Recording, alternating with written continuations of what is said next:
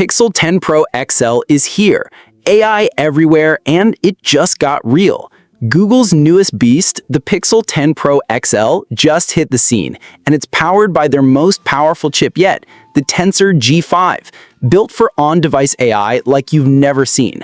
The real star is the 6.8-inch Super Acua display that can blast up to 3,300 nits, bright enough for direct sunlight.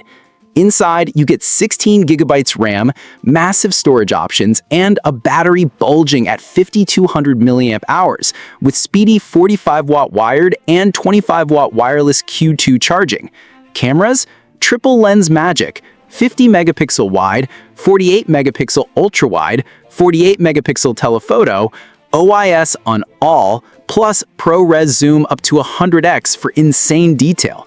AI features like Magic Q, Camera Coach, Gemini Live, and Auto Best Take make your phone feel like your personal assistant, suggesting info, helping with shots, even real-time call help.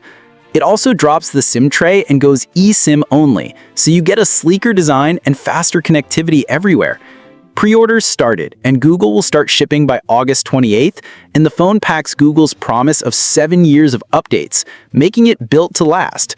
If you want flagship AI in your pocket, this is it.